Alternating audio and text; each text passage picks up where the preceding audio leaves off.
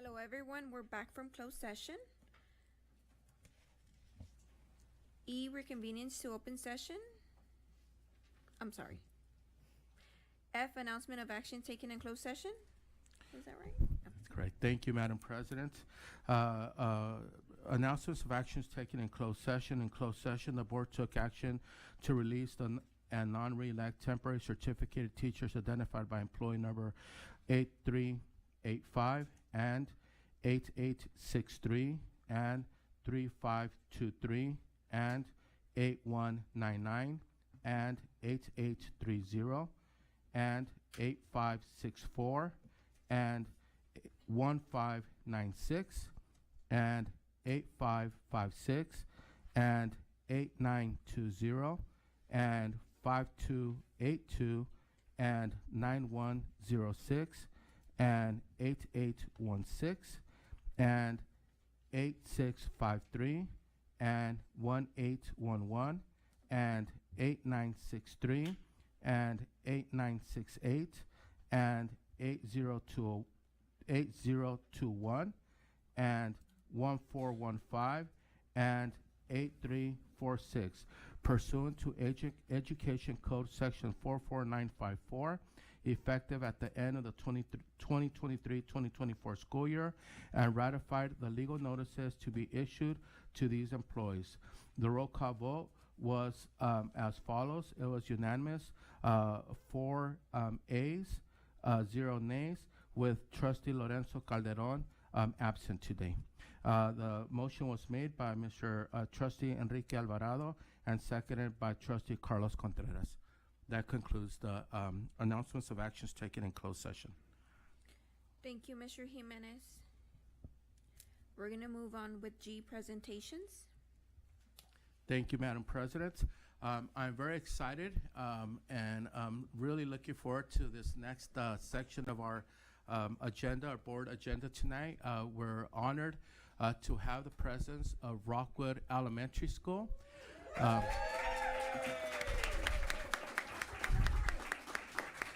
So I think that the Rockwood Rockets are here to represent tonight and talk about their beautiful, wonderful school.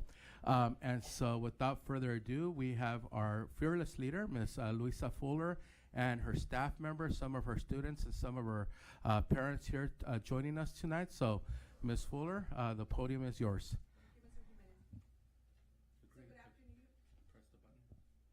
Okay. Good afternoon, everyone.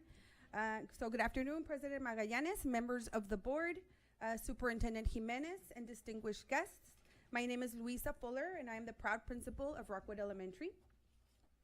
I am here today with the following staff members to review or showcase our academic achievement, parental involvement, and school climate for this school year. So today we are going to have Edith Martel presenting, Liliana Garcia, our counselor, Veronica Torres, our ELIT teacher, Jesus Nunez, kindergarten teacher, and Ivan Alvarado, 5th grade teacher, and one of our IT leads.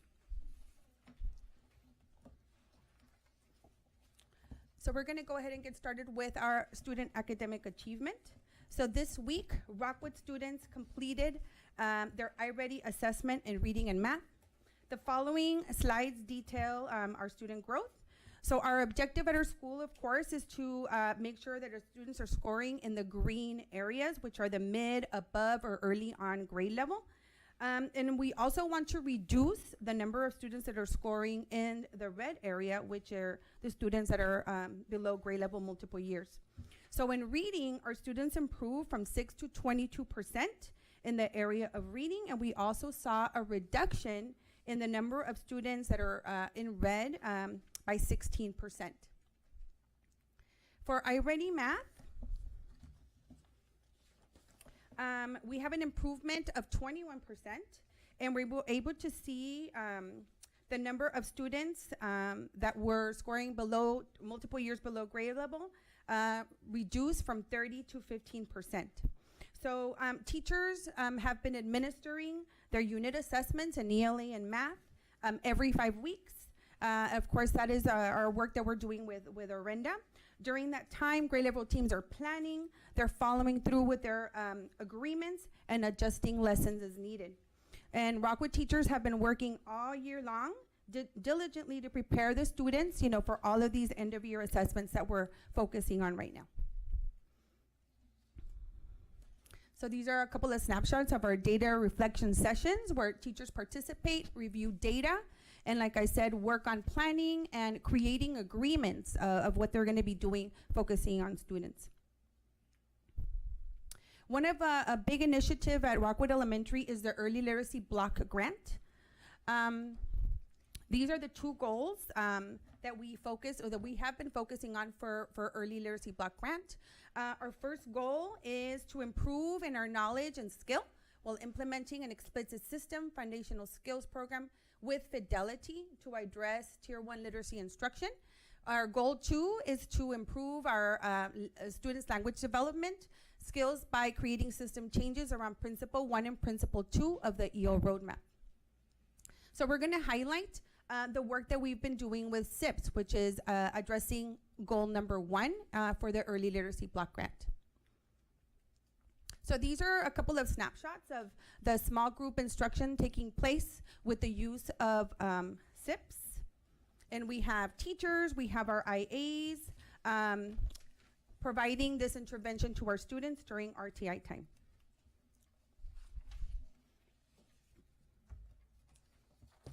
Actually, let me go back to this one slide. So teachers and instructional aides are using SIPS, like I said, during RTI to provide students with the foundational skills needed to develop accuracy and automaticity needed for fluent independent reading. Students work on blending, segmenting, high-frequency word review, fluency, and guided spelling. Students are grouped based on their placement tests and are closely monitored to see if other tiered interventions are needed for students. And since our students have had this intervention for the last couple of years, they're becoming experts. They're becoming like the teachers in the classroom. Here we have Angel Rodriguez, a first grade student, leading his peers on the SIPS routine for read, spell, read. S-E-C. Read. C-I. Spell. Uppercase I. Read. I. Spell. Read. Read.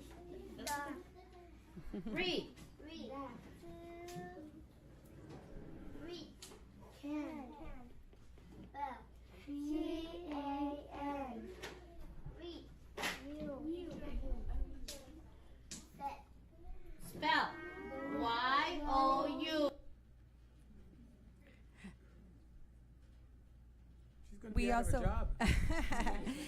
also have our Rockwood IAs, instructional assistants. They've also been trained on SIPS, and they provide support for students during that RTI time. And here's a little snapshot of one of our IAs also providing this intervention to students.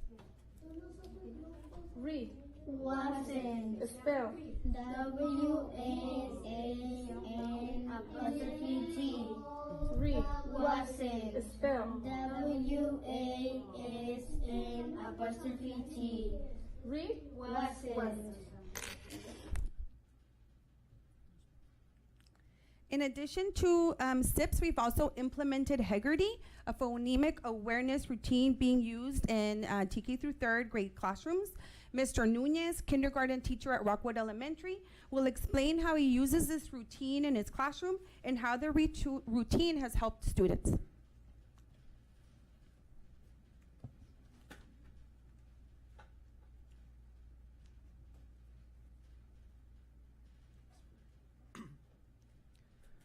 Hello, good evening. Thank you for the opportunity, members of the board, Ms. Fuller.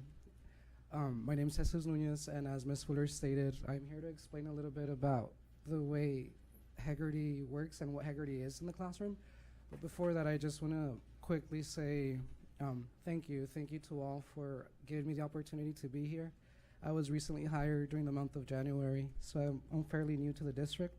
However, I have been very blessed after having been working in education for almost 10 years. I have gotten to be part of different districts and worked for different schools and different grade levels.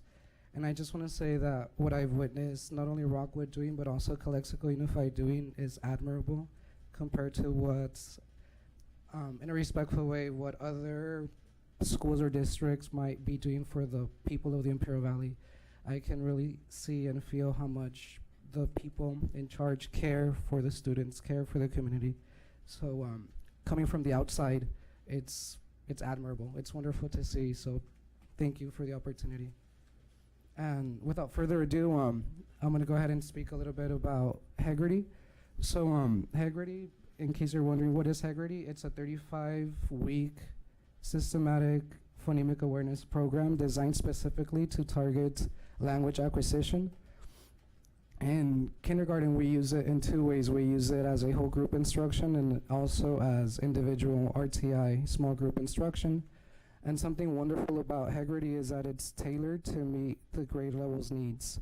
So the curriculum that I have is a kindergarten curriculum, and that is filled with lessons, daily lessons that build on each other, that are not only exciting for the students, but again, are age appropriate.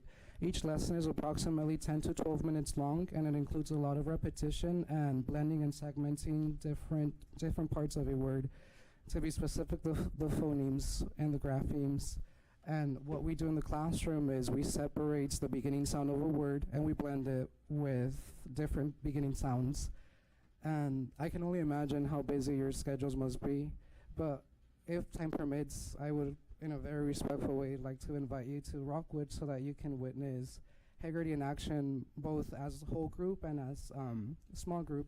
Here we have a picture of the kindergarten students in the morning doing Hegarty in our morning routines. The reason why they have their hands together is because through the curriculum we say, let's get our choppers together. So students do different body movements that help them retain the information. And again, I've only been part of the district for about 4 months, but I've already seen the benefits in the students. I can see the level of confidence in the students and how much more comfortable they feel with learning the English language. I have 24 kindergarteners, and out of my 24 students, 22 are language learners.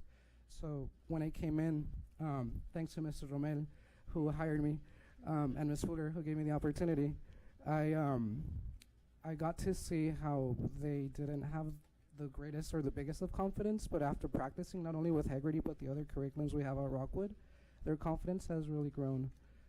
And if we go to the next slide, we're gonna see an example of what it looks like, Hegarty, it being implemented in a small group setting, which looks a little bit like this. And the way that works, or the way we decide that, is by meeting the students' needs. The students that benefit mostly from small group instruction are the ones that are pulled out to the, we call it the RTI, or the teacher table. And we again, following the curriculum with fidelity, like Ms. Fuller said, we attempt to, as best as possible, meet the needs of every individual students that we serve. So, thank you. Thank you. Next, we have Mrs. Martel, our AST, who will be providing us with details on our Avid Elementary goals. Good evening. As Ms. Fuller stated, my name is Edith Martel, and I am honored to be Rockwood's academic support teacher. It is my pleasure to give you a snapshot of Rockwood Avid, and I say a snapshot because we already did our Rockwood Showcase at the Avid Showcase. It's a snapshot of Rockwood Avid and the excellent job that Rockwood teachers did in implementing Avid strategies this year. This year, Rockwood focused on 3 Avid goals. Goal number 1 is Rockwood teachers implementing school-wide vertically aligned Wicker strategies with an emphasis on writing using the RACE strategy. In goal 2, site team members increase parent involvement and awareness of Avid Elementary, and you will be able to see a little bit more of that in our school culture. Goal 3, focus was on organization. teachers in 1st through 6th grades implemented and increased the use of agendas, planners, physical and digital binders to develop organization skills. In the following slides, you will see some student samples using the RACE strategy with a focus on citing evidence and explaining their answer. And in this slide is Delilah Soto, a student in Ms. Pichardo's TK 1st grade class, using Wicker's strategies. 1, 2, 3, 4, 5, 6. 4 plus 2 equals 6. Good job, Delilah. Give me a high five. Yeah? Thank you very much. Like I said, that was just a snapshot of Rockwood Avid. You are also welcome to visit our school at any time to see more of these Avid strategies being implemented by our excellent Rockwood teachers. Thank you. Thank you. Thank you, Ms. Martel. Next, we're going to have Mr. Alvarado. He's going to be providing us information about our RD, our Rockwood's Makerspace and tech initiatives.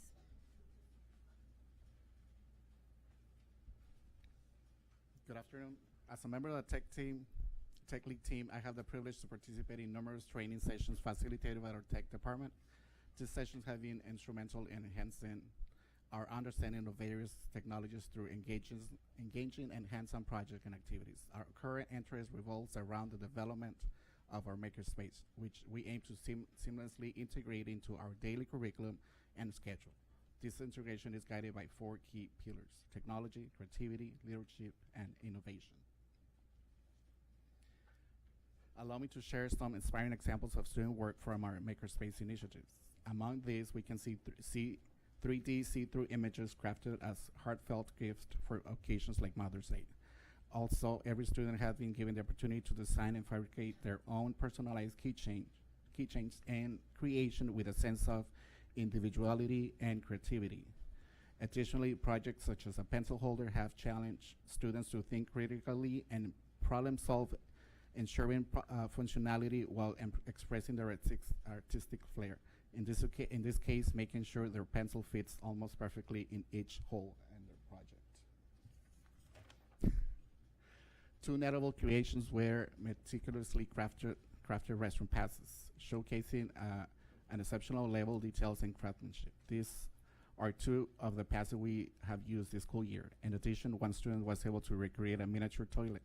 His creation consisted of different shapes put together where he had to assemble each part to size and to scale. You can see the dedication to his craft.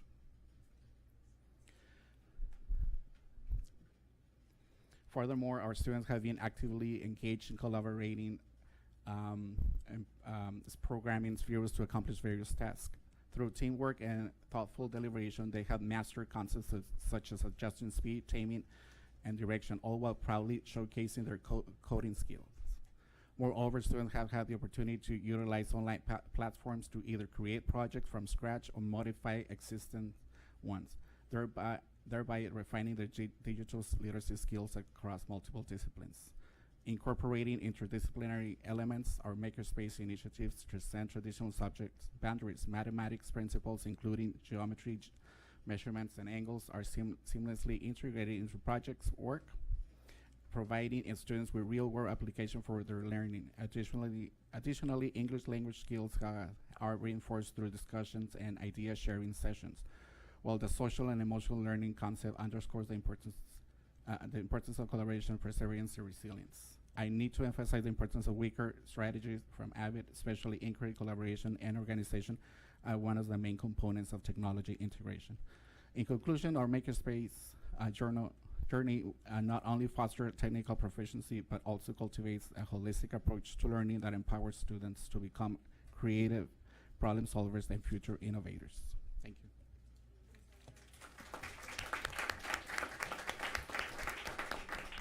Thank you, Mr. Alvarado.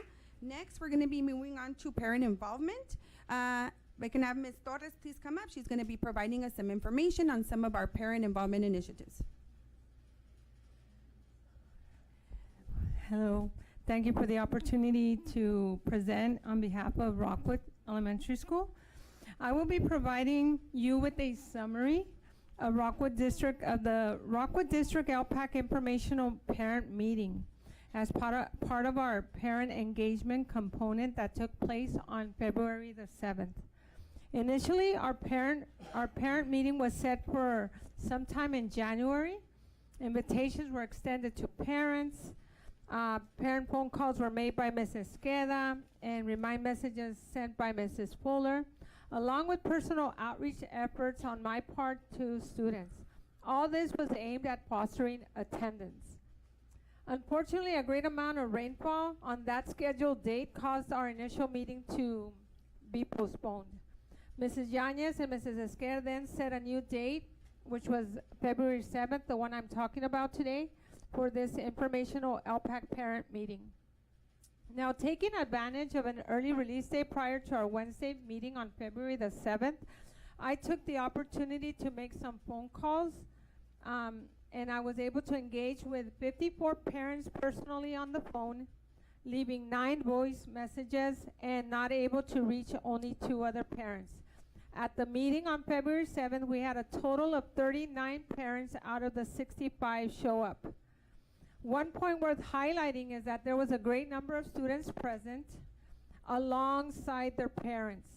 I believe only about 2 students whose parents came were unable to be present. Both parents and students were very attentive to Mrs. Esquer, Mrs. Yanez, and myself as we strive to highlight the importance and the impact of the LPAC. For us at Rockwood, having 39 parents and students represented at the meeting a success in terms of parental involvement. As a district and school site, our goal was to share information and raise awareness of the importance and impact the LPAC results have on our English learner population. I believe this was able to be done successfully during our district LPAC parent informational meeting. At the end of the meeting, Mrs. Yanez and Mrs. Esquer provided parent incentives, while I provided incentives to all students. In the following weeks, I was able to reward students with the promised lunch incentives for their attendance. I had promised them hot dogs, nachos, chips, drinks, the sky, the moon, everything, the galaxy. As we can see, by the number of parents present, students themselves were motivated enough to get their parents to show up. Using this as a springboard, we at Rockwood will continue to strive to improve our parent involvement at all meetings at our site. To finalize this parent involvement report, Rockwood has received their first batch of LPAC results and are very excited. Thank you once again for the opportunity to present this information on behalf of Rockwood Elementary School.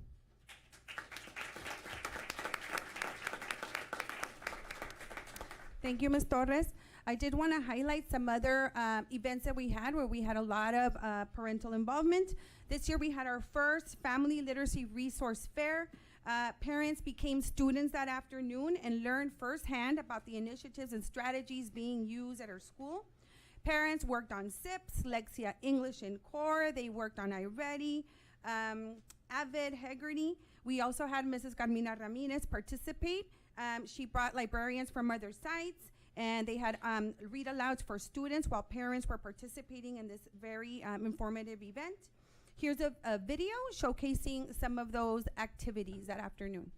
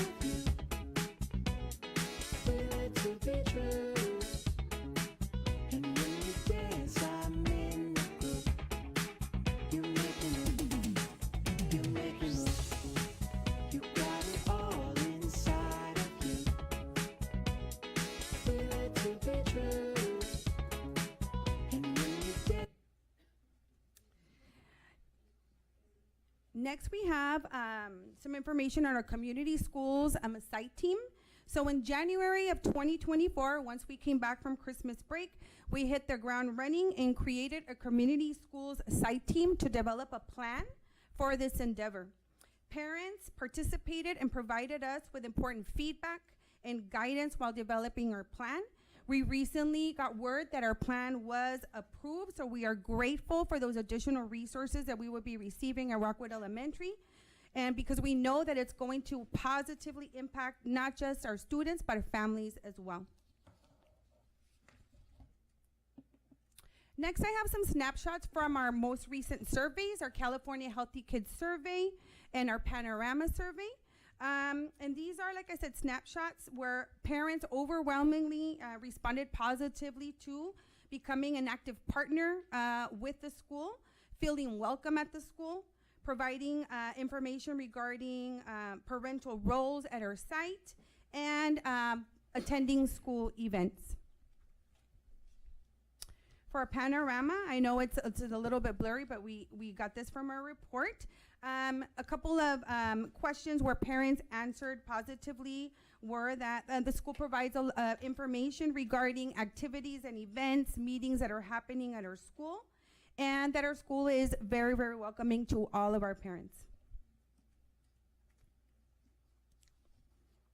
And lastly, we had a drug awareness and bullying prevention assembly at our school. We had Officer Vega come to our site and provide this information to students, and we thought that it was equally important to also involve our parents. So we had a separate meeting with our parents, and she provided our parents with the same information regarding drug awareness and bullying prevention. So our parents were very appreciative that they were able to hear firsthand from Officer Vega the same information that our students were receiving. And I'm very grateful, like I said, for that partnership, and we know that we can call her at any time to be able to provide us with this guidance and information for our students and families. Next, we have Ms. Garcia, our school counselor, who is going to be showcasing Rockwood school climate.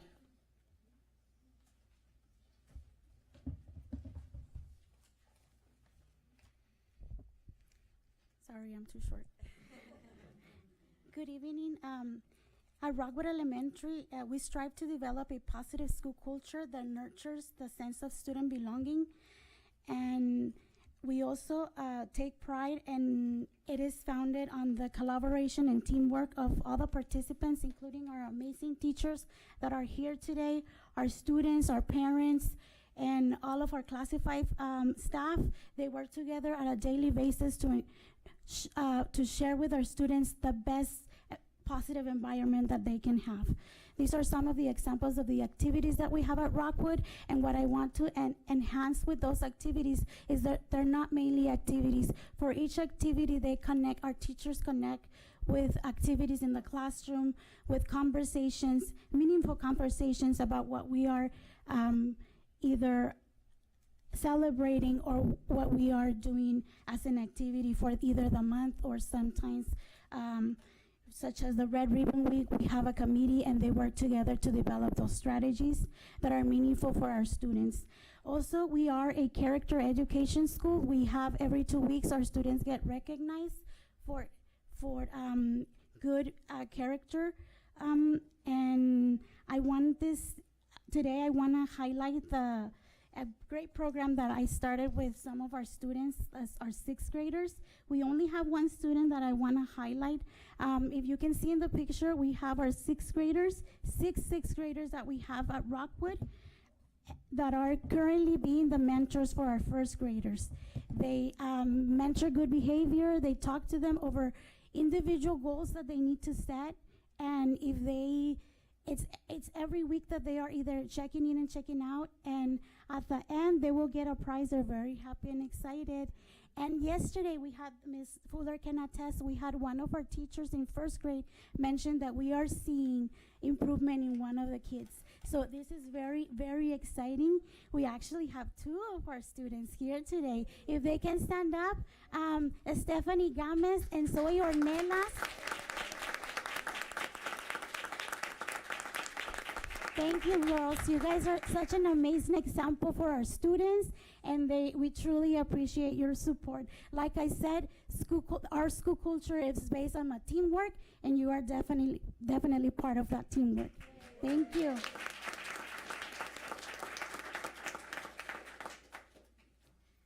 We also would like to highlight some of the events that we have. We have the Red Shoe Day. That's an essential part of our school culture, promoting that we can help each other, that we can help those people in need. It's basic, and as you can see, we have most of our staff participating in it, our students, our families, our SSAs, and our classified staff, and that's something that is very, very exciting for Rockwood. We also have Great Kindness Challenge. We had this year, we had the opportunity to share kindness around Rockwood.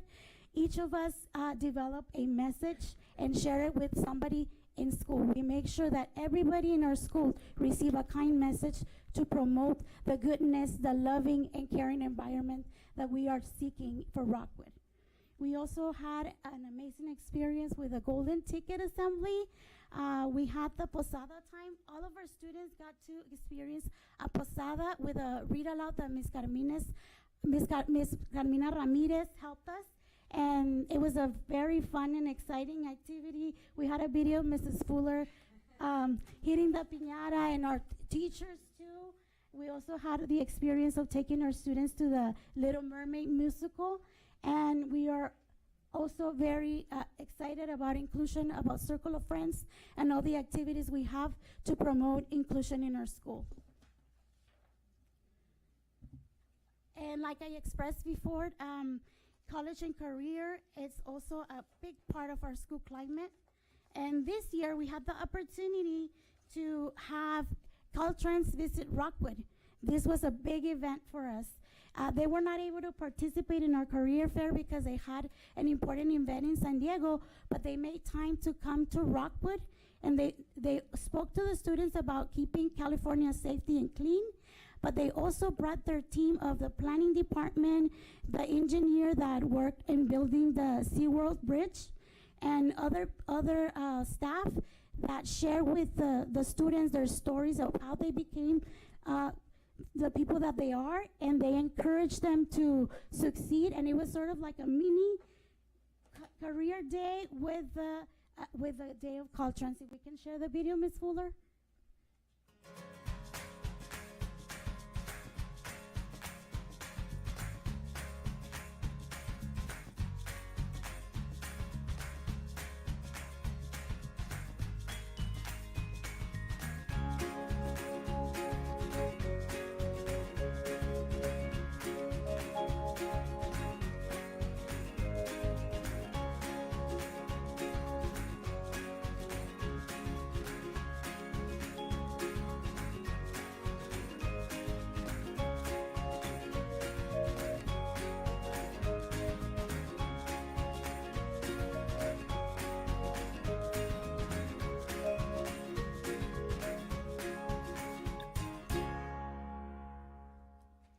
We also had the opportunity to go to San Diego State in Calexico campus.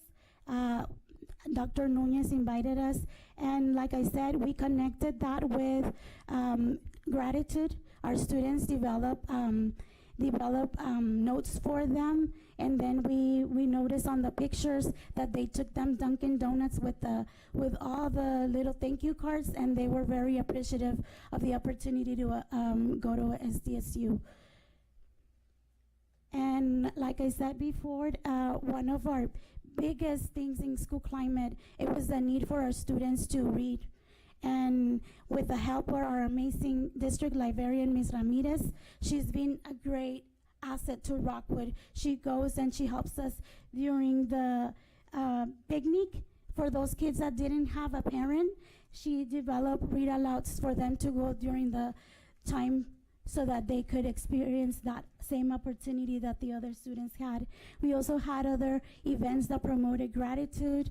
We have an example of the Native American Heritage Month read aloud, where our teachers were able to play with clay. We had a very fun, Mrs. Fuller was able to participate, some of our teachers here. And in most of our activities, we want them to have fun, but we also want them to get something meaningful and learn from them. And we are very grateful to have the support from Ms. Ramirez. And then lastly, like I said, building that community partnership is vital for us. Our students need those role models that can set the example for some of our kiddos that need that. And this year, we want to highlight the efforts of Dr. Nunez. She went at the beginning of the year, and she gave us a presentation for the students to be motivated. She taught them about how she started her process of becoming who she is now. And then she also gave them tips about how to get to where you want to be and start dreaming big. We also had the opportunity to have Mr. Jaime. Mr. Jaime has been great. Last year, he took us to the CET programs, and that's why today we took them. This year, we took them to SDSU, but every time we call him, he's there for us, and we appreciate that. The same with, last but not least, Ms. Ramirez. She's been great. And we also had members of our community. We have to-go salads that provided us. Also, the person, the owner, went to the career day, and he spoke to the kids about how he started his business. And he gave us 10 gift cards to celebrate our teachers and our classified staff. So that was something good. We know that there's people that care about Rockwood, and that makes us extremely happy. We also had the partnership with IBC, Caltrans, and all the people that attended the career fair.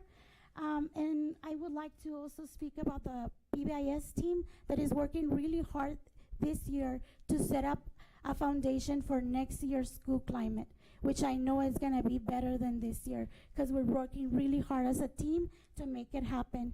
And I would like to end this presentation with an amazing opportunity we had during our Great Kindness Challenge. Like I said, Rockwood is about sharing love and kindness within our participants, and this is a great example. We had retired teachers that came back to Rockwood.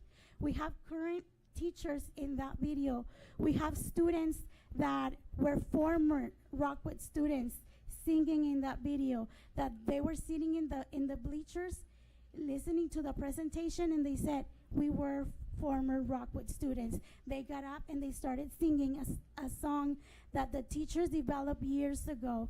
And you could see that even the kids that were sitting there started to sort of similar, trying to copy, and we're very excited because that's what we want, to create that culture of fun, loving, caring, that sense of belonging that we need in students. Can we play that, Ms. Fuller? There's a school in our town where the children don't frown, and we know it in part. It's right here, right where we are. Come with me to my school where caring is the rule. Come with me, take my hand, and we'll learn. At Rockwood School, they care about me. At Rockwood School, we're solid as can be. And you and me are free to be. You and me. And you and me are free to be. You and me. Thank you. Thank you.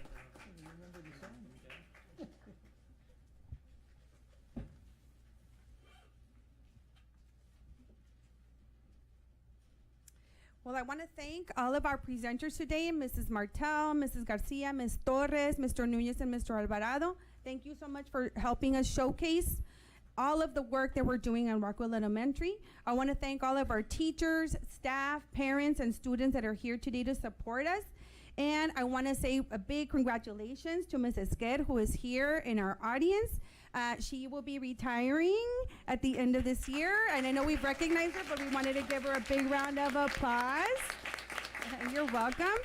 And also mention Ms. Diaz Flores, who will also be retiring. She's not with us today, but we do want to recognize her for everything she does for our school.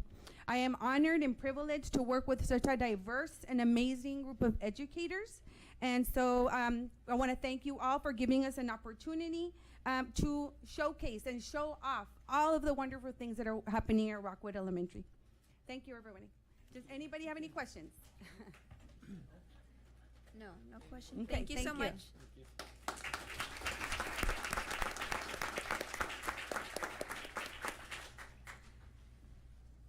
Number 2, Rockwood Elementary School outstanding students, Mr. Jimenez. Thank you, Madam President. It's my privilege and honor tonight to introduce and present to our School Board of Trustees, our audience here tonight, and our audience who are watching on our YouTube video as we speak, our Rockwood Elementary outstanding students. At this point, I'd like to call the following 2 students up to stand in front of the dais. And as I read a little bit about them and who they are and what they do, they could take the center of the spotlight here of attention. So at this point, if I could have Isabela Molina and Gibran Huereca.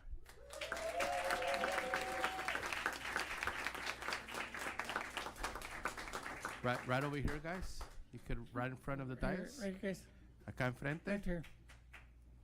And you could turn around and look at the audience.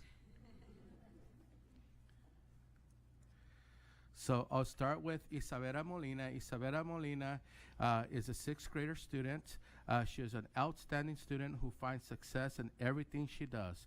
She is dedicated in everything she does. In school, she complies with everything she is asked to do, and she goes beyond expectations. Furthermore, she is very charismatic with everyone who surrounds her, friends, classmates, and siblings. She cares for everyone's success, and this is reflected in her school performance and her dedication to help anyone succeed academically. With this exceptional skills, I am sure she is an exceptional daughter as well. People like her and make an impact everywhere where she stands.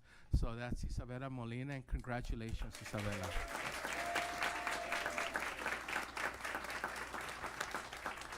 Next, we have another 6th grader, Gibran Huereca. Gibran Huereca is an exemplary 6th grade student who has shown dedication throughout the entire school year. He excels and has shown mastery in all subject areas. He is self-driven, motivated, and a great leader. He has a positive attitude towards school and is willing to take feedback if improvement is needed.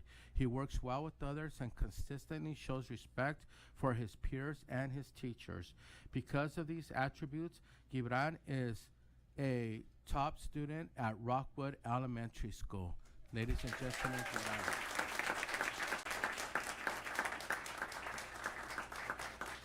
So in recognition of their hard work and dedication and their outstanding work, each student is going to receive an Outstanding Student's Certificate.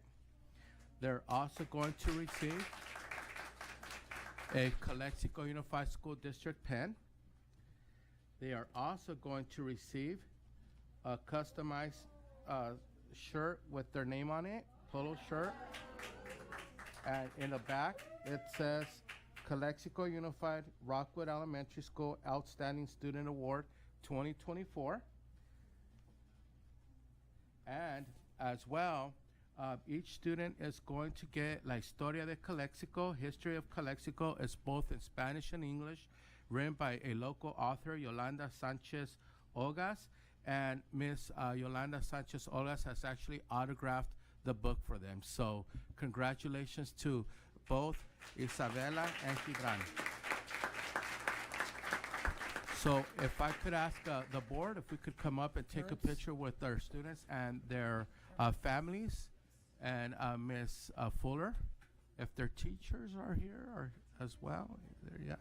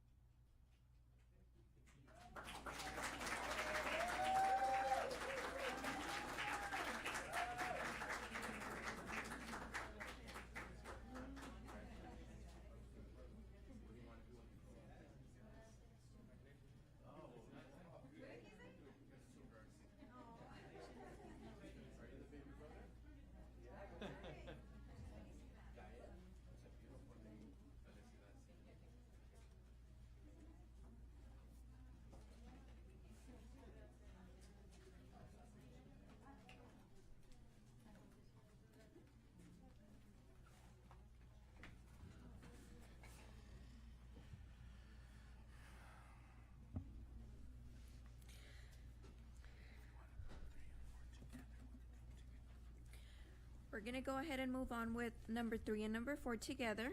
Classified Employee Excellent Award and Certificated Employee Excellent. Thank you, Madam President. So at this time, we want to do the same process, but now with 2 of our outstanding employees at Rockwood Elementary School. So if I could ask our Classified Employee Excellence Award, Mr. Gerardo Izaguirre. Mr. Gerardo.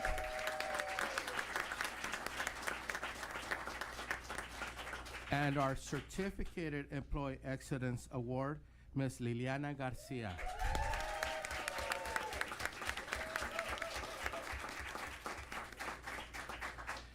Ms. Liliana Garcia is the heart and soul of Rockwood Elementary School.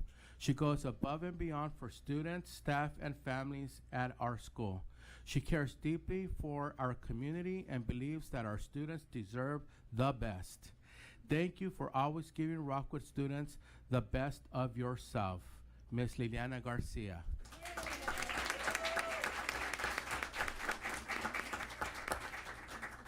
El señor Gerardo Izaguirre is our head custodian. Mr. Gerardo Izaguirre has made an impact at Rockwood Elementary. He not only takes care of the day-to-day task at the site, but he has also made a connection with students. He provides a safe and welcoming environment in the cafeteria. Students look forward to listening to music or watching a soccer or baseball game while eating their breakfast or lunch. Thank you for your leadership, organization, and taking the time to connect with students every day.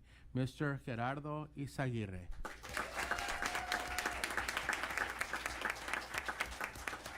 So thank you so much to Ms. Garcia and Mr. Izaguirre.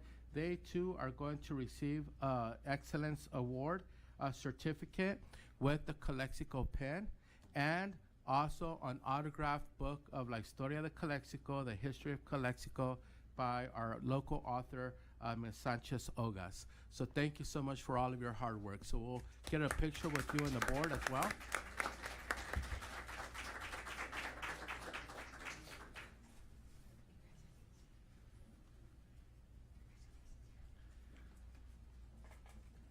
Are your family, sir? Mr. Izaguirre?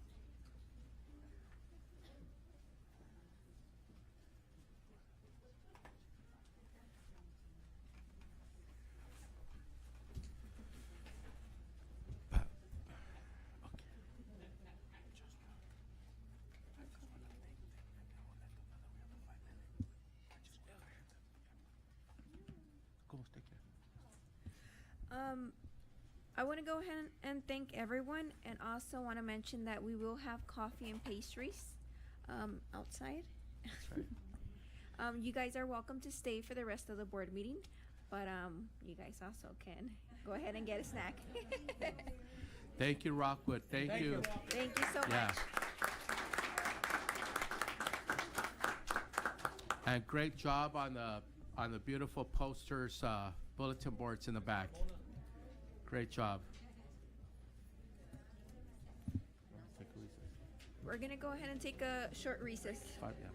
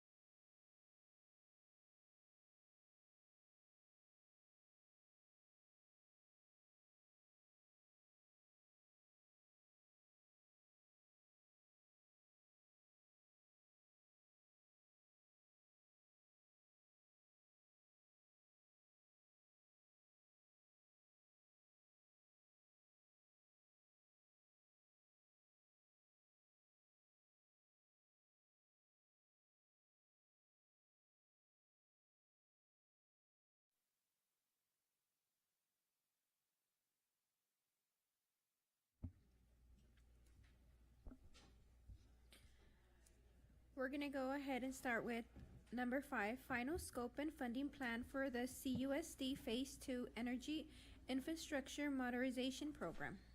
Thank you, President Magallanes. At this time, I would like to ask Ms. Ashley Lowe from Climate Tech to provide an update on our energy infrastructure modernization program. Ms. Lowe?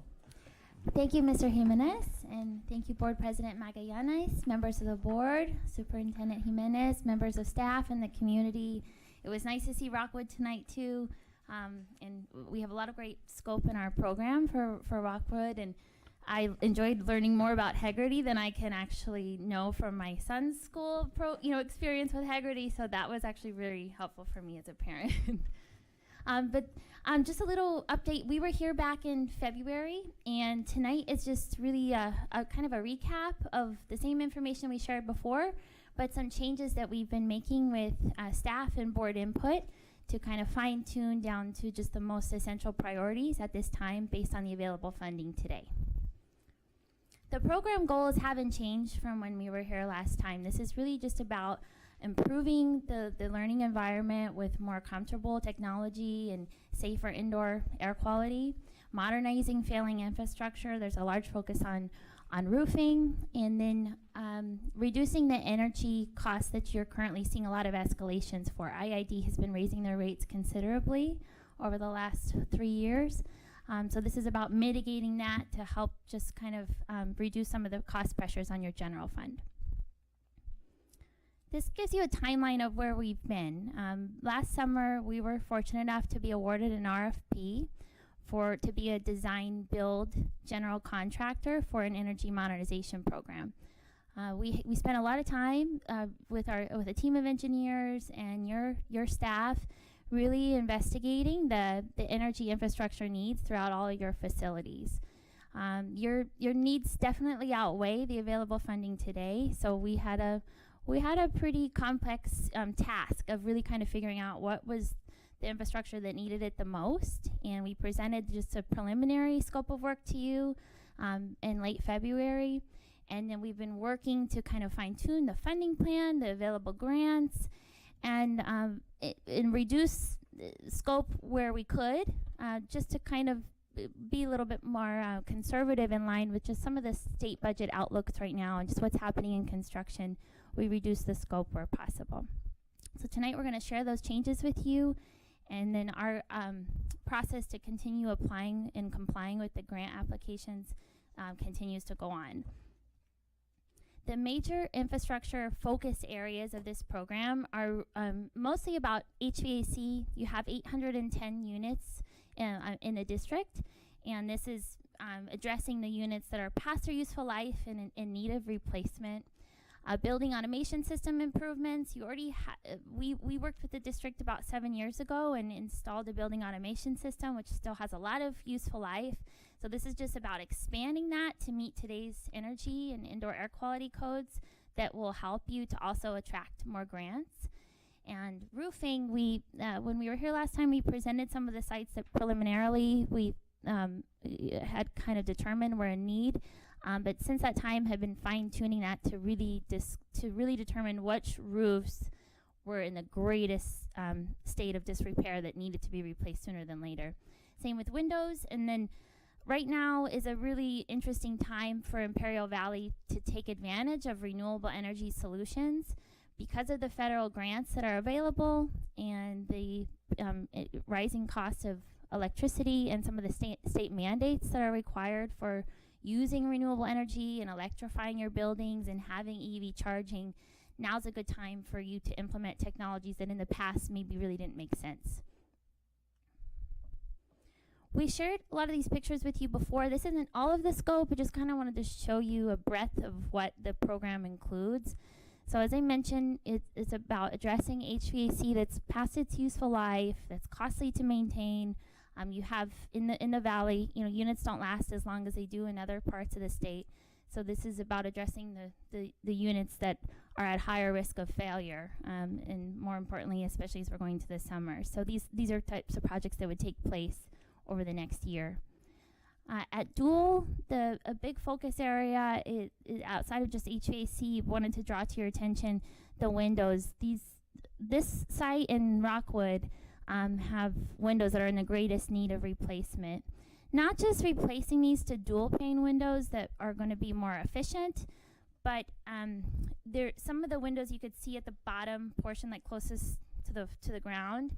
The window height is lower than you would see in a profile in a school in today's building codes. And just from a safety perspective, if you're in a lockdown type of situation, that low window can provide some safety concerns. So we'd also be addressing that and bringing up the height of the windows. More examples of some of the windows throughout Jewel. This would be all the main buildings getting new windows. De Anza has a lot of larger units for HVAC in need of replacement. Roofing is a big focus area for De Anza. This is at the gym. It experiences quite a bit of leaks when it's raining. This is a building I wanted to just bring to your attention. We were considering adding it into our scope, but ultimately decided to keep it out. It's the uniform building next to the gym.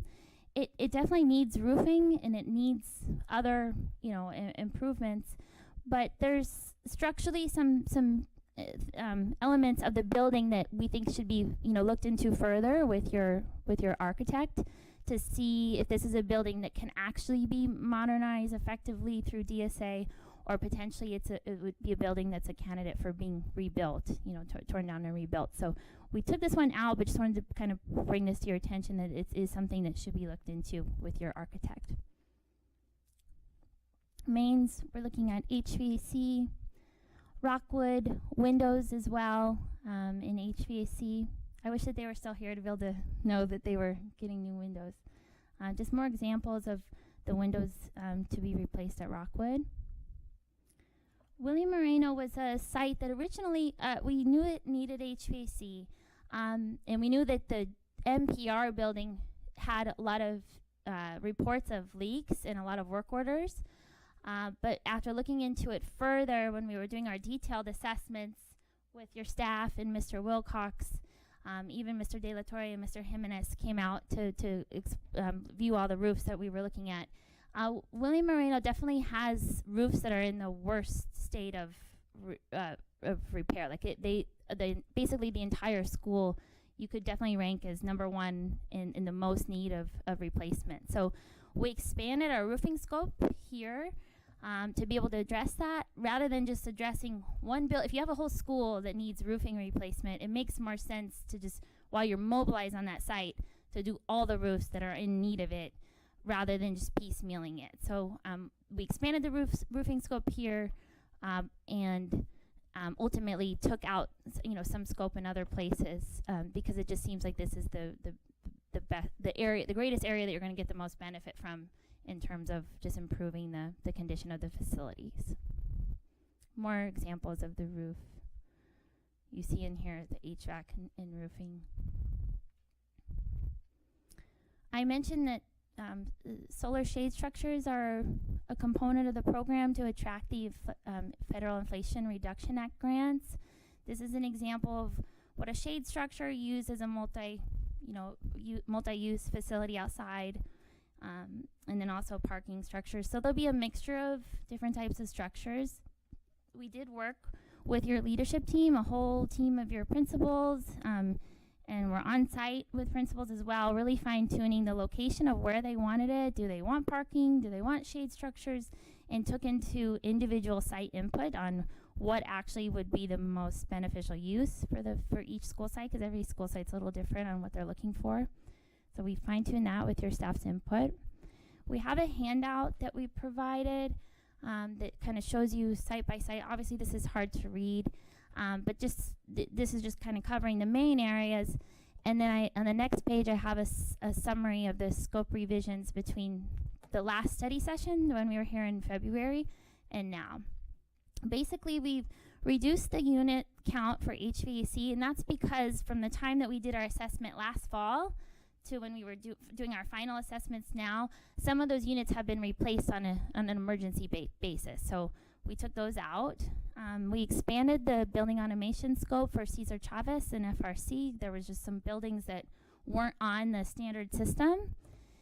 And then at the MOT facility, back in fall, we were here, we got a grant approved from the county, from the Imperial County Air Pollution Control District for 8 chargers and solar, basically to help to get you towards electrifying your bus fleet. But ultimately, your goal is to get to 12 buses. So rather than just the 8 that we got in the grant, if we're already doing the infrastructure and working with the utility to expand that, it made more sense after working with Mr. Wilcox and your Dario, your transportation director, to build the infrastructure so you're ready to receive all of the buses that you're wanting, and upgrade the electrical service to what you're going to need for that ultimate vision. Is just a more holistic way to go about it. So we've changed that. We've postponed till future funding becomes available, the solar and EV charging at Calexico High School, just because there's so much construction already going on there, and a lot of projects that are actively in DSA, a lot of work happening electrically. In our experience, when you have all of those types of new buildings being built at the same time as solar, it can end up in unintended negative outcomes, for the staff, the contractors, and everybody involved. So just to simplify it, we're just kind of slating it for a future phase. The district office, not that covered parking wouldn't be great for district staff, but just in the nature of trying to fine tune and take a more conservative approach fiscally, we decided that can be something that's maybe explored in the future. We took out solar at Enrique Camarena and EV charging, just the nature of that facility, because it doesn't have permanent buildings. At this time, it just made sense to kind of park that for the future. And like I mentioned, we expanded the scope for Willie Moreno from just the NPR building to all permanent buildings. So with that in De Anza, we basically doubled our roofing scope from what we had originally.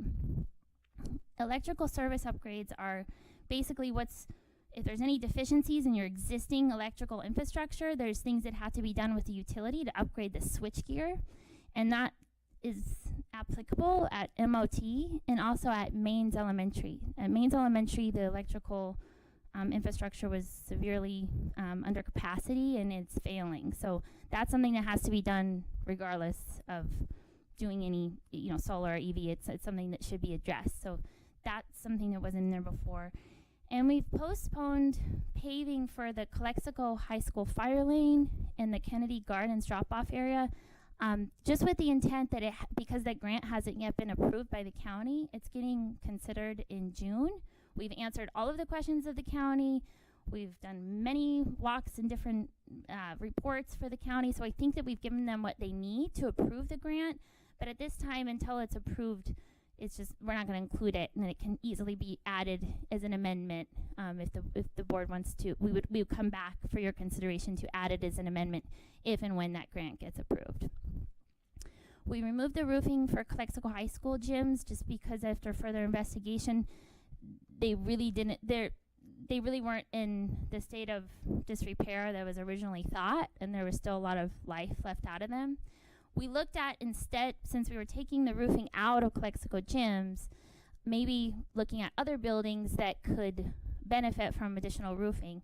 And with a priority given to elementary schools, and also some other facilities that we learned, like we know that FRC has a roof that has shingles that fly off of it in the wind, and was not addressed in the previous modernization. That whole other that building was modernized, but not actually the roof. So we looked at that building because it's pretty small, but ultimately, with the district's direction, made a decision to not invest money right now and there, and save that until you can put those dollars towards an elementary school roof. The Kennedy Gardens or Rockwood would be like the next best candidates for roofing, but they're much larger scopes and would add additional cost to the program. So for now, we're just going to keep it out, and then as future grants become available and you start to collect on those funds from the state and federal monies, those are projects that you can consider adding, or maybe use those grants to just pay down the municipal lease purchase sooner. So you can make those decisions as you go, because we're going to be in construction for a few years, so you'll have opportunity to look at that. Lastly, we removed the windows for mains, just because of the general savings opportunity. The windows are pretty small, and compared to Rockwood and Dual, they just didn't seem to provide as much impact. And then the Calexico High School auto welding and law building, we've also taken that out just because with the grants that you're going to be getting for that building, for the auto shop and how you're going to be setting up that building, it would make more sense to do all those projects at once when you're getting the grant funding for those like career tech and the CTE type of programs. And also there's a lot of other deficiencies that need to be addressed with that building as well. Any questions? That was a lot of, no? No, just thank you for providing that information to us and for getting input also as well from all sides. That was one of the things that when we spoke that was instrumental to us and stuff like that, as far as looking at the actual school sites and not, like the FRC and stuff like that. So I thank you for taking that into consideration. Sure, thank you. So when we presented the preliminary funding plan, originally we were looking at about $38 million in infrastructure improvements. With the reduction of scope, we've reduced it about 10%. We're now at $34 million. But the savings is about the same as it was before. So I think it's just in line with the general tone of, a lot of decisions that districts are making throughout the state or public agencies to just kind of tighten their belts and try to do more with less. The funding sources are similar as before. I'll just mention that in addition to the funding sources that we had previously, there's this new program called ZESB and other EV grants. That's a new program that just opened, which we are working with your MOT staff to apply for. And that will be the grant that can allow you to get those additional 4 buses that you don't currently have. And that can be used to basically reimburse that. So that's getting applied for now. After tonight's second study session, we're going to be working with staff to finalize the legal and financial review with the bank for the municipal lease purchase and your legal team and staff and our team. I think that we've I think we're at a place where everybody feels pretty comfortable with the scope, so it should be pretty smooth from here. The board action for you to consider approving the program for implementation would be on June 13th.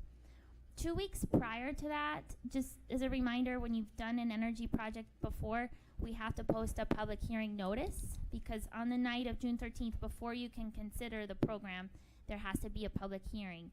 That's just required for any type of energy savings program that you were to approve for this kind of project. After the board action, and that night it'll be approval of the implementation plus the funding agreements. If approved, then the escrow account for the municipal lease purchase would get funded 2 weeks later, probably a little bit sooner. And then we would start all of the process that's required to get the final engineering drawings and documents in so that we can get your project submitted to DSA.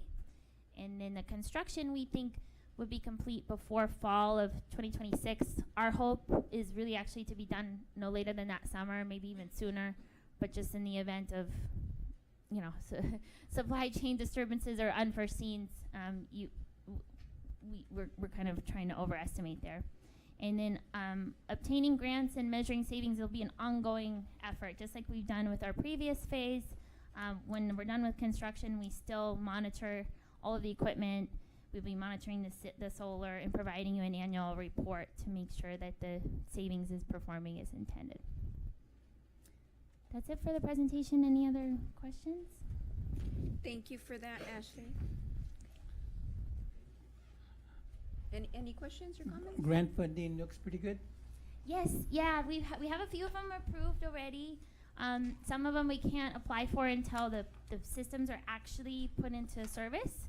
So we've been working with staff to determine, which projects you'll have to pay for today and then get reimburse yourself from grants. And then the CalShape grant, we think that we'll be able to get the study done this fall and then apply for that probably towards the end of the year. And that pot of money looks good. It's not tied to the state budget. It's tied to a pot of money that's funded by the California utilities. And so that got refunded, and it's a solid program. So I think all things are looking good on that. Yeah. Trustees. Thank you for coming and doing the presentation. I think it's good for the general public to know that there's funds that we're going after in other places other than education, to bring in some of these fixtures into the schools. Thank you. Sure.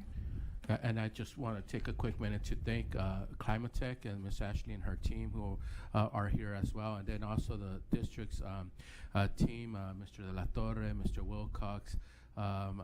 We've been out there. I did go up on a very straight ladder up on the Willie Moreno gym, and after that I said, I don't think I'm gonna do this again. And so I said, I've got a meeting I gotta go to, and but Mr. De La Torre and everyone stayed out there climbing the Anza right here at CHS 9. But our team has been out there. I think we're very, very fortunate right now because Mr. Wilcox, he is an electrician by trade, with decades of experience. So as for a big scope of this work is electrical, and we have our own residence expert who provides input and is also able to contribute to the conversation at a way higher level than I can when it comes to those types of things. So, and we are being very conservative with the scope of work and with our commitments to funding and financing, and making sure that it's something that's doable and that we feel comfortable in doing. And Ashley and her team has been nothing short of supportive and understanding as we in our meetings and discussions express that, and so I just want to thank the whole entire team for their work on that. Thank you. Yeah, thank you once again. Thank you, Ashley. Thank you. Good night.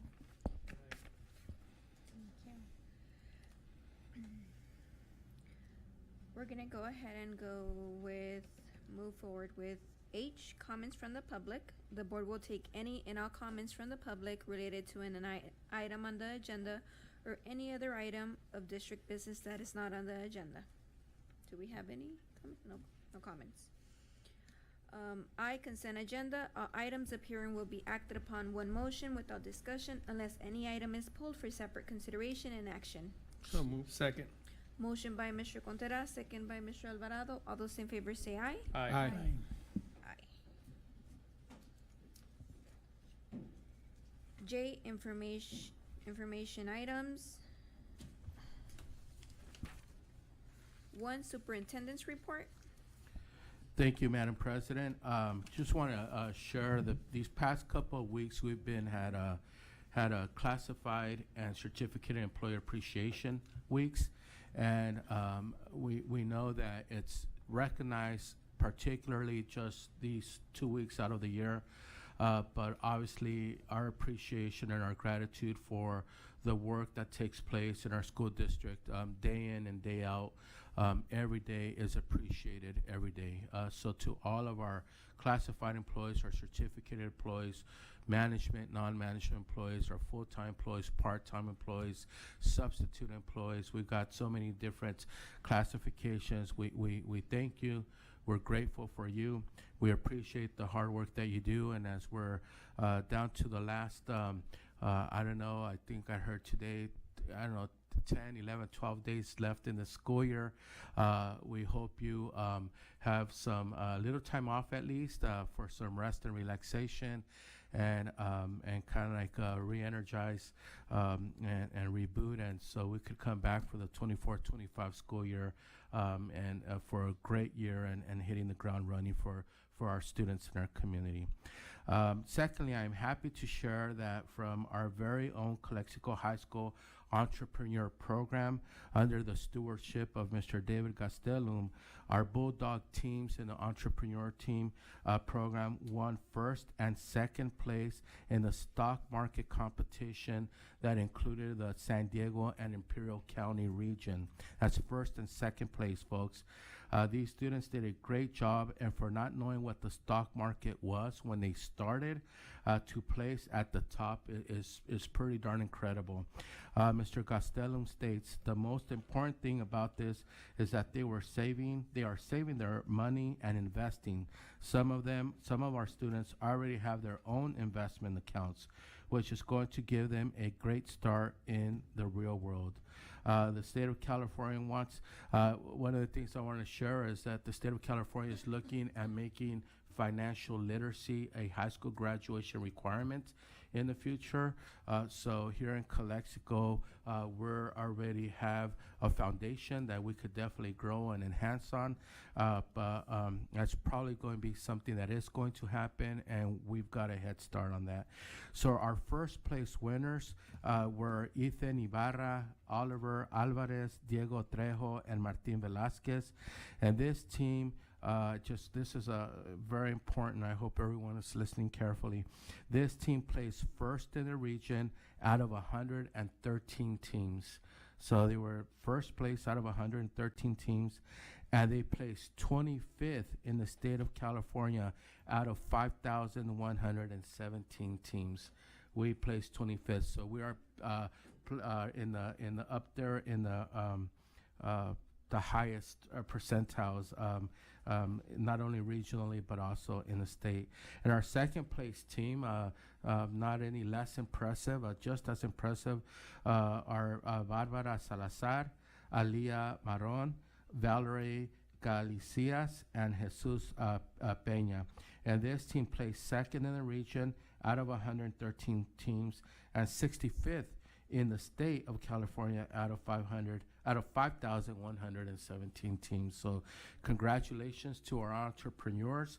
And I just got to say, Mr. La Torre, be careful, watch out here, because I think we've got some future aspiring CBOs that look like they have a lot of potential. All kidding aside, congratulations to Mr. Gastelum and to our entrepreneur program and students. With portfolios, yes. Yes. And just based on those numbers, it's the top 1% in the state of California where they place that. If you go by percentage-wise, the top 1%. Yeah, and as we're talking about our entrepreneur program, this is actually, we're going to recognize her in a different format, but I might as well also throw in that in our business entrepreneur program, Ms. Suzette Solano is one of our students here in Calexico Unified School District, and she was selected by the IVROP as the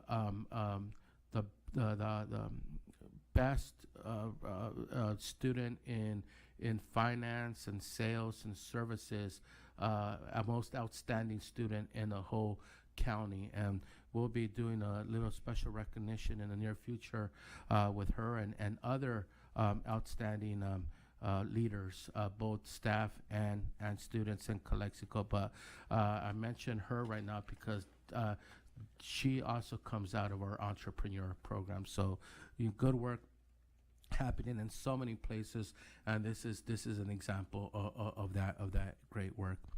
I'd also like to congratulate our first ever in the history of Calexico Unified School District, Julia Garcia Velasquez.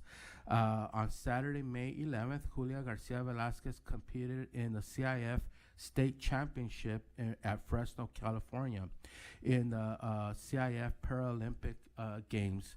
And Julia participated in the 50-meter and 100-meter Paralympic events, and she won first place in both swimming events, in the 50-meter and the 100-meter for the Paralympic events, and which is a first for Calexico High School and Calexico Unified School District. She won first place in both events.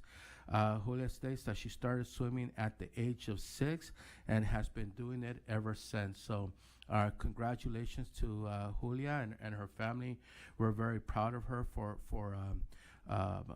her this great accomplishment. We again, just like with Suzette and some of our other outstanding leaders, we're going to be recognizing her in a different medium, but we're very excited. We have a picture of her where she's in the first place podium, riding a humongous CIF sign.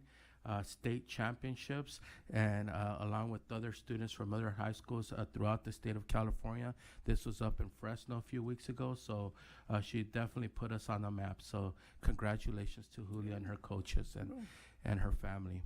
Kind of like finally, but then I'm going to finish it up with another congratulations and recognition. But before I do that, I do want to say finally, I wish everyone a happy Memorial Day weekend in honor of all of our U.S. military personnel who have died while serving in the United States Armed Forces.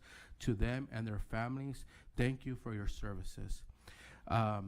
And I kind of skipped to that one because I'll finish up with this one. Tonight is actually our student trustee Ms. Sierra Aguinaga's last board meeting. So I want to congratulate Sierra and wish her all the very best of good luck in her future. We know that she has a bright future. Remember your community, remember Calexico. I know you're going to stay locally. You're going to go to IVC and get your general education courses out of the way. So we think that's a very smart idea. That's the route I took with my local community college before transferring to my 4-year degree and then my master's program. And we know that, you plan to transfer to UC Berkeley after IVC. So si se puede.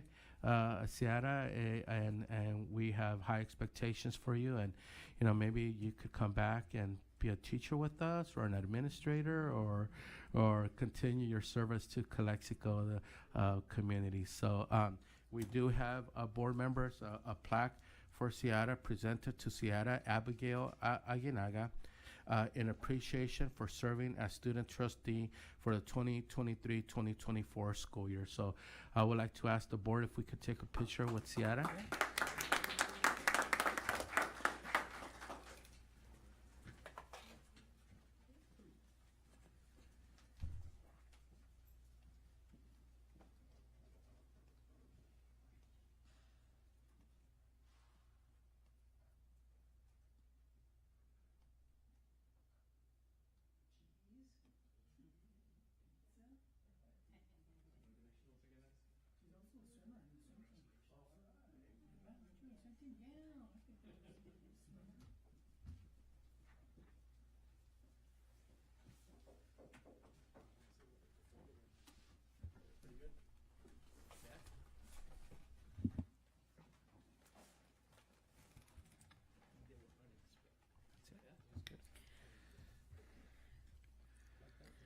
We're going to go ahead and move with number 2, ROP committee. We'll table this presentation at this point.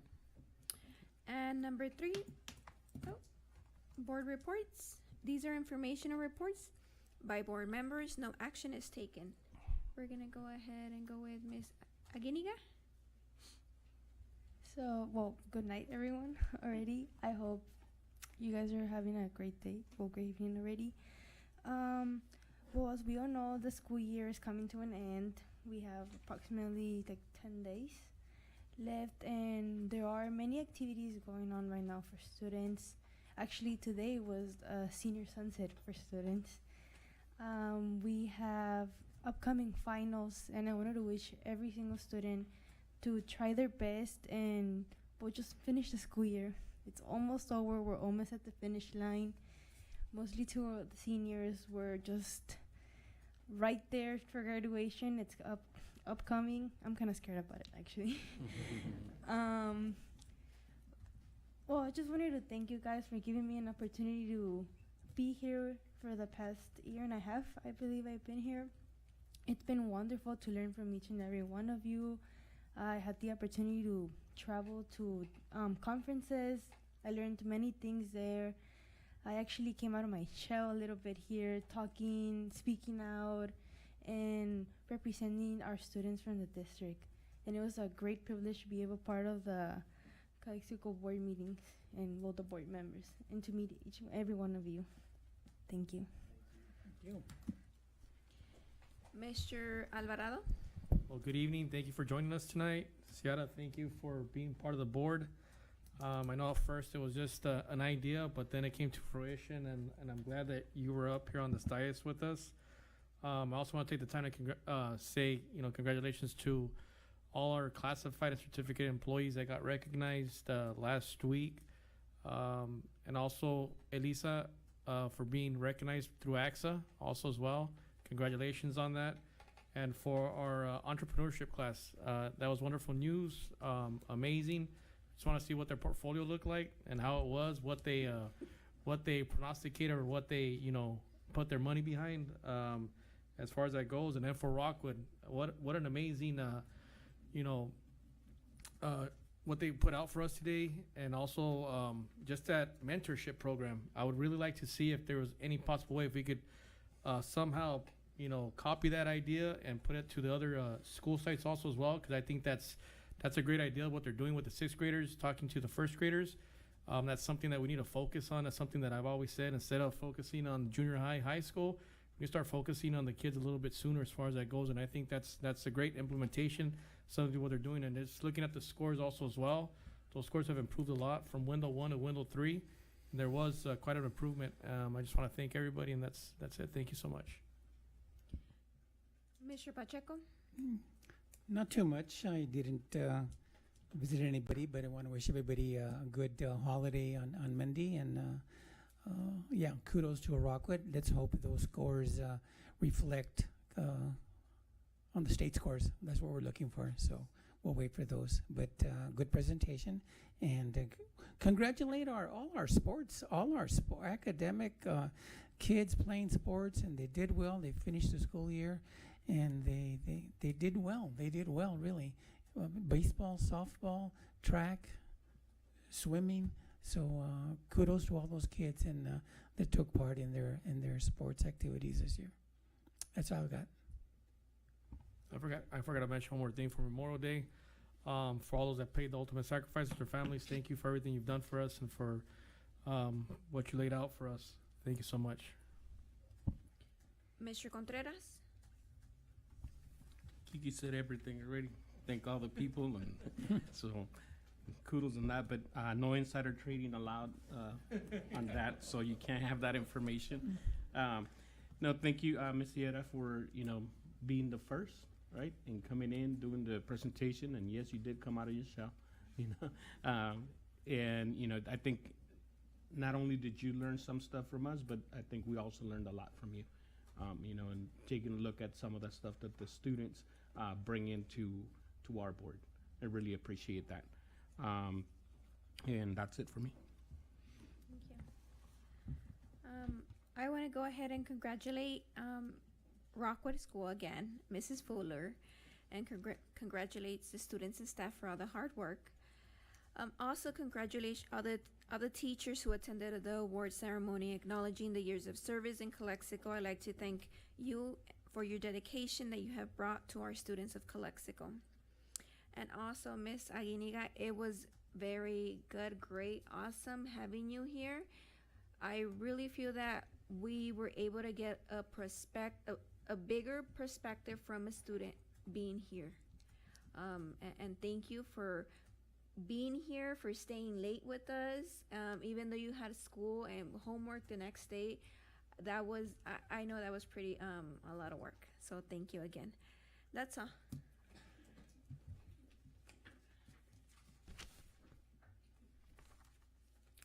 We're going to go ahead and move on with K, action items, consideration and action approval of the following items. Number 1, agreement between Calexico Unified School District and San Diego State University IVC campus for the rental of Rodney Auditorium for dual elementary 6th grade promotion. So moved. Second. Motion by Mr. Alvarado, second by Mr. Contreras. All those in favor say aye. Aye. Aye. Number 2, agreement between Calexico Unified School District and San Diego State University IVC campus for the rental of Rodney Auditorium for Aurora High School commencement ceremony. So moved. Second. Motion by Mr. Alvarado, second by Mr. Contreras. All those in favor say aye. Aye. Aye. Number 3, agreement between Calexico Unified School District and Bellward Betty for the pre-construction services of the Calexico High School Measure Q Campus Addition projects. So moved. Motion by Mr. Alvarado, Second that motion. second by Mr. Contreras. All those in favor say aye. Aye. Aye.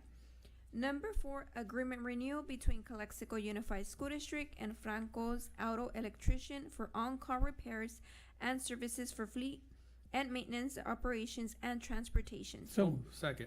Motion by Mr. Pacheco, second by Mr. Alvarado. All those in favor say aye. Aye. Aye. Number 5, agreement between Calexico Unified School District and Move and Shine to provide yoga lessons during the summer camp 2023-2024. So moved. second with a question. Motion by Mr. Alvarado, second. Go ahead, Mr. Pacheco. The sessions are 90 minutes long? That is correct. Isn't that a long time? Can we cut it in half and do 2 45-minute sessions and get more people in there? Well, if we could maybe ask Mrs. Garcia, she could give more details as far as the duration. And 30 minutes is good for me. yes. 90, we're pushing, These we're are pushing it. these are bouncy young children that have a lot more energy than you and I do, Mr. 15 and go. Here, turn it on. Oh, you got it. Good evening, Board President and board members, Mr. Jimenez. Yes, that is our plan, but the session that she's charging us for is the 90 minutes. But we will break it in half for 45-minute sessions and include 2 groups. It's just the logistics. Yeah, it seemed a little long. So we got this, Mr. Pacheco. We got this. So there was a motion by Mr. Alvarado, second by Mr. Pacheco. All those in favor say aye. Aye. Aye. Number 6, joint use agreement renewal between Calexico Unified School District and the City of Calexico for the summer pool recreational program for fiscal years 2023-2024. So moved. Second. Motion by Mr. Alvarado, second by Mr. Pacheco. All those in favor say aye. Aye. Aye. Number 7, agreement renewal between Calexico Unified School District and School Innovation and Achievement for the attention to attendance A2A software and services. Move for approval. Second. Motion by Mr. Contreras, second by Mr. Pacheco. All those in favor say aye. Aye. Aye. Number 8, agreement renewal between Calexico Unified School District and Panorama, how do you say it? Panorama. Yeah. Panorama Education for Universal Screener Surveys, Behavior Analytics, and Whole Child Student Success Platform. So moved. Motion by Mr. Alvarado, Second. second by Mr. Calderon. All those in favor. Contreras. All those in favor say aye. Aye. Aye. Number 9, bid award and approval of agreement between Calexico Unified School District and ANN Quality Builders, Inc. for the district-wide shade structures exterior improvements. So moved. Second. Second with the, I have a question. Go ahead. Yeah, so my question is just wanted to know, from the district, which shades were gonna be, how many shades were gonna be done, what's the structure, what's the square footage on them? Like what sites? Yes, please, Mr. De La Torre, our Assistant Superintendent of Business Services. Good evening, President Magallanes, Board of Trustees, Mr. Jimenez, and team. We're doing a total of 11 schools will be getting shade structures for this work. This includes a total of 16 shade structures. If you want some detail as to the size of the shade structures, for example, at the Calexico High School, we're gonna have 1 new shade structure, and the size is 20 by 30. At Jefferson, we have 2 shade structures, and both will be 30 by 30. At Mains, we're gonna have 1 new shade structure, and the measurement is 30 by 30. Bland Charles is getting 2, both 30 by 30. Rockwood will be getting 1, and it is also 30 by 30. Kennedy Gardens will be getting 1, and it is 30 by 30. Willie Moreno is gonna be getting 1, and it's 30 by 30. Dual will be receiving 2 shade structures. 1 will be 20 by 30, and the other will be 30 by 30. Cesar Chavez is gonna be getting 1, and it'll be 30 by 60. And then Enrique Camarena is going to be getting 1, and it's 30 by 30. Thank you. And part of the reason why I asked for that is because prior we were buying some of those shades, but we want to know, like how much is going to be covering, for the kids that are using those shades, and then also us moving into having more areas that are shaded and more green areas in each one of the schools. Right. Thank you. You're welcome. Thank you. Thank you, Mr. Contreras. Thank you. Number 10. No, No, we no. didn't take. Oh, wait, no, vote. number 9. Number 9, I had a motion by Mr. Alvarado, second by Mr. Contreras. All those in favor say aye. Aye. Aye. Aye. Number 10, acceptance of Jesus M. Nunez property damage claim. So moved. Second. Motion by Mr. Pacheco, second by Mr. Alvarado. All those in favor say aye. Aye. Aye. Number 11, memorandum of understanding between Calexico Unified School District and Imperial County Office of Education to provide professional development for PBIS site teams during 2024-2025 school year. So moved. I'll second that. Wait, question, Go ahead. Mr. Jimenez, we're devoting a lot of this money to the SEL and PBIS, and we've got last month we had another presentation with these other people coming in. We're being overwhelmed by PBIS strategies, and I'm just a little concerned that maybe a lot of this mijito stuff isn't working, and it's just need to look into it. I don't think we're throwing a lot of money at it, but I don't see any end results with kids behaving differently. Yeah, That's my concern. Yeah, so I had a chance to take a look at the PBIS programs and services that they're offering here. One of the things that I did get out of it, because I had a lot of the concerns that we're putting a lot of money in there, but a lot of it is on the cognition of educating them and making sure that they, know how to reflect their activities and things like that. And those, we're not going to see the change from within a 1 year period. It's something that is graduate. I know that 262,000 looks like a lot of money, right? And then having put some other money in there, but I could tell you from my current work, when you're spending $148,000 per person, just to correct them later on in life, to gain some of the skills, it becomes very cost effective. But yeah, I did have some of those questions, Mr. Pacheco, but I do think it's one of those gradual things. I think if by next year we're not seeing some of the results that we're expecting, right? And I think sometimes we think it's baby steps, and unfortunately they are baby steps. That we're learning how to crawl before we walk. But I think on a lot of it, it's building that cognition that a lot of them lack in there. Right, and one of the things I like to point out as well is that when you're talking about behavior and when you're talking about positive behavior reinforcement and making good choices and teaching these aspects of development, right? As children develop from in age, right? From a 2-year-old to a 5-year-old to a 10-year-old and 15, 16, 17 and beyond, that you don't. There are going to be some benefits that we will never know happened, right? We will never know how much a negative behavior this prevented, right? We will never know exactly the full scope of, by virtue of a student making a better choice because of something they learned through PBIS, through MTSS, through restorative practices. We will never know exactly the full benefit and the full yield on our investment, right? Because it didn't happen, right? Because we don't know that had a student, some students don't need any of this, right? They have a foundation, they have some other type of support network or support net system that they don't need any of this. They don't need the school to do any of this, right? Maybe I shouldn't say any of it. I think schools are responsible for some of it, but definitely some students may need it more, and definitely some students may need it less.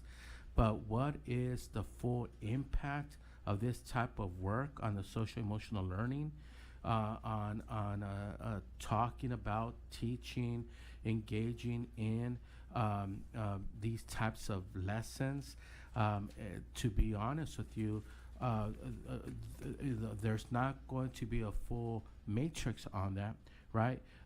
Because the impact that it may have had on students, we will not know that it was this, right? That had it not been for this type of a program, maybe more negative things could have happened, right? But they didn't because of programs like this, right? And work like this. So I understand as far as where we're putting our money and where we're putting our investment and where we're putting our energy and our time.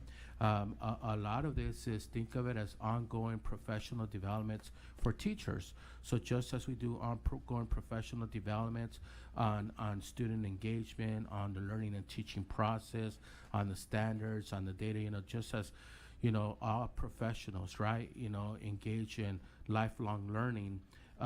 This is part of the professional development we as educators need to always continue staying up to date with, and utilizing these strategies and establishing these school cultures of positive behavior. So I understand what the board is saying, and something we will always definitely take into consideration.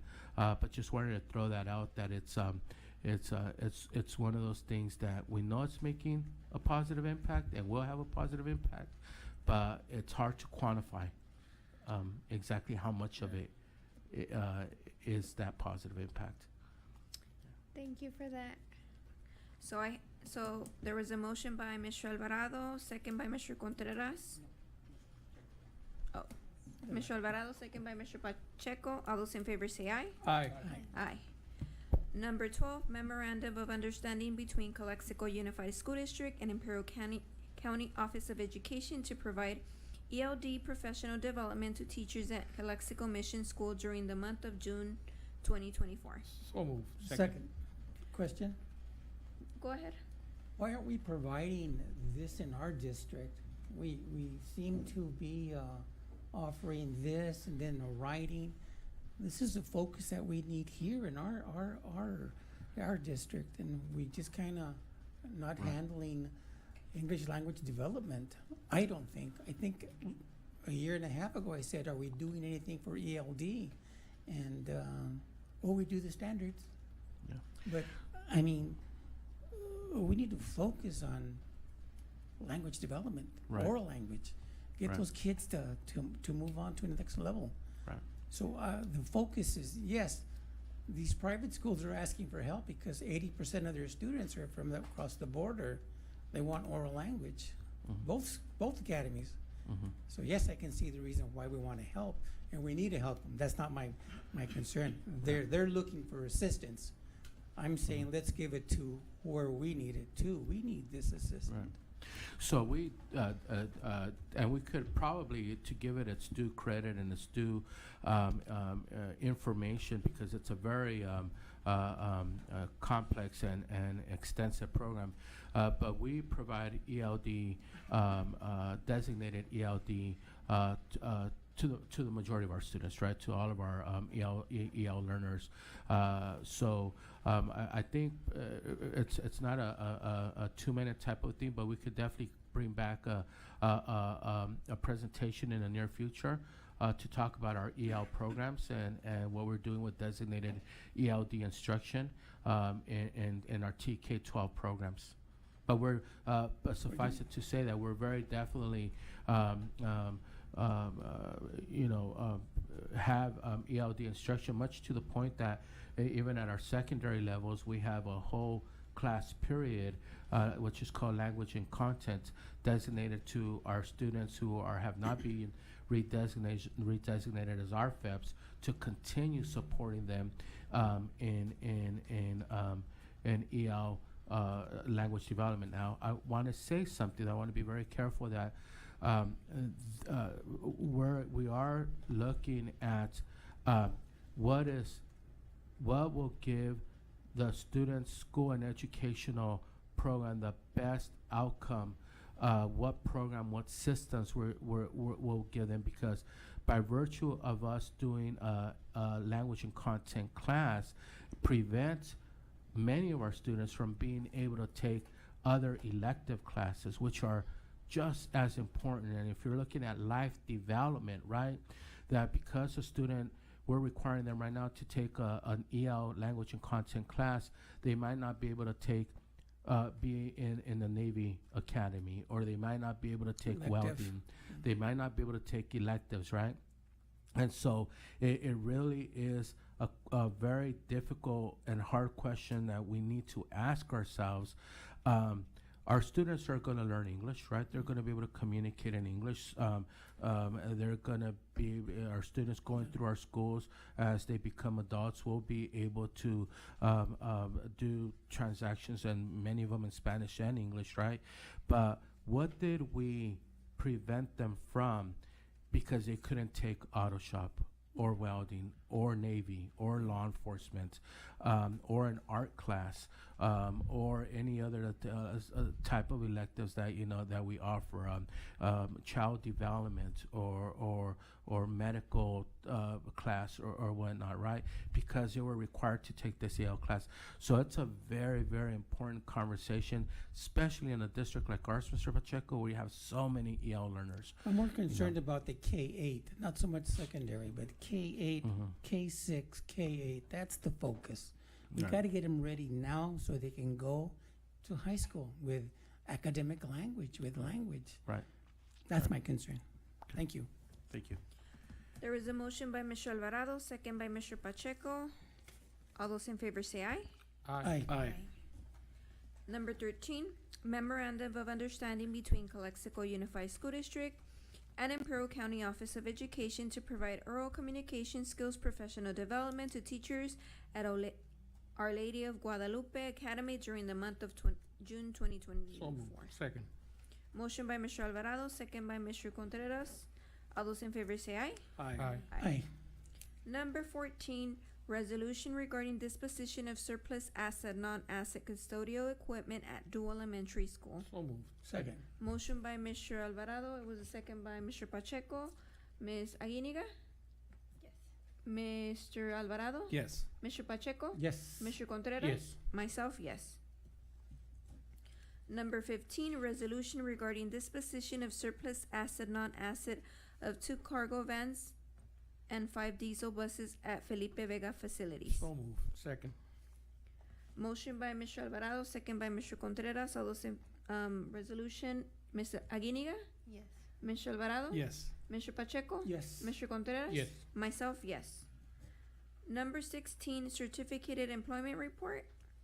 Move for approval as presented. Second. Motion by Mr. Contreras, second by Mr. Alvarado. All those in favor say aye. Aye. Aye. Number 17, classified employment report. So moved. as Second. presented. It was motion by Mr. Contreras, second by Mr. Alvarado. All those in favor say aye. Aye. Aye. And adjournment. So moved. Second. Motion by Mr. Alvarado, second by Mr. Contreras. All those in favor say aye. Aye. Hey, 8 o'clock.